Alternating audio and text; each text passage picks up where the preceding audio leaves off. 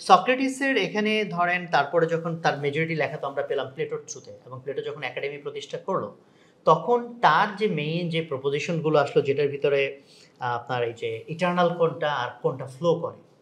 তো আমার প্রথমে একটু বোঝার চেষ্টা ছিল যে এই জিনিসটা নিয়ে ইভেন পারমেনিডিস এবং হিরাক্লিটাসের যে দ্বন্দ্ব সেখানেও কাইন্ড অফ একই দ্বন্দ্ব, যে কোনটা ফ্লো করে চেঞ্জ হয় আর কোনটা ইটার্নাল থাকে।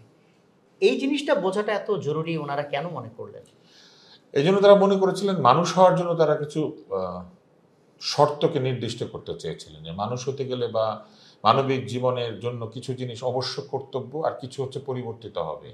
তো এইটা চিন্তা করতে গিয়ে তারা আসলে কিছু জিনিসকে কনস্ট্যান্ট আর কিছু জিনিসকে ফ্লোয়িং বলে ভাবার চেষ্টা করেছেন। এটা আসলে চিন্তাটাকে তারা সহজভাবে নিয়ে আসার জন্য চেষ্টা করেছেন। আবার যা ফ্লোয়িং সেটাই কি কনস্ট্যান্ট হয়ে যেতে পারে কখনো, বা যা কনস্ট্যান্ট তাই কি ফ্লোয়িং হতে পারে, এগুলো নিয়েও প্রশ্ন উঠেছে।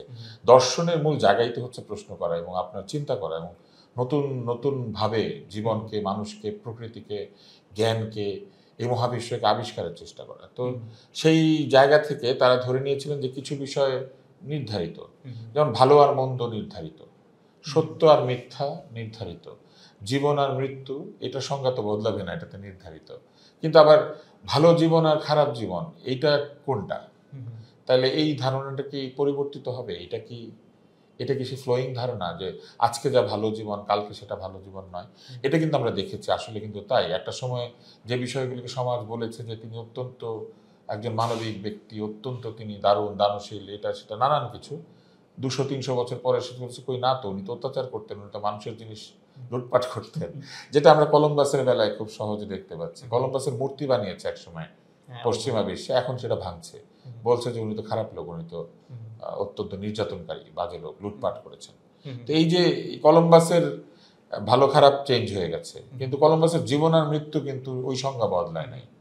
সো কিছু কনস্ট্যান্ট, কিছু ফ্লোয়িং, এটা আছে। এখানে গিয়ে তখন যে আমি যেটা দেখলাম যে যা সত্য আর মিথ্যা এটার সংজ্ঞা কিন্তু বদলায় নাই। সত্য মানে সত্য, মিথ্যা মানে মিথ্যা না, সেটা তো বদলিয়েছে। তো যেমন ধরেন প্রচুর কেসই তো আগে যেটাকে একটু আগে যেটা না। বললেন। আপনি বৈজ্ঞানিক সত্যের কথা যদি বলেন সেটা অন্য কথা, কিন্তু ধরেন এটি একটি বই, এটা তো সত্য। এটি একটি ফোন, এটা সত্য। এটা বই না, এটা ফোন না, তাহলে এটা এই পর্যন্ত সত্য মিথ্যা। যে unless and until we change the definition. unless and until you change the definition, but as long as the definition is fixed, the idea is fixed, এবং এটা ডেফিনেশন চেঞ্জ করার কোনো অবস্থা বা কোনো সিচুয়েশন তৈরি হয় নাই যেটা হইলে যে বইকে আমার ফোন বলতে হবে। কিন্তু হ্যাঁ, আমরা কি করেছি, বইকে ফোনের মধ্যে নিয়ে এসেছি, নাম দিয়েছি ই বুক। হ্যাঁ, কিন্তু ই বুকই আছে, ফোনের মধ্যে পড়া যায়।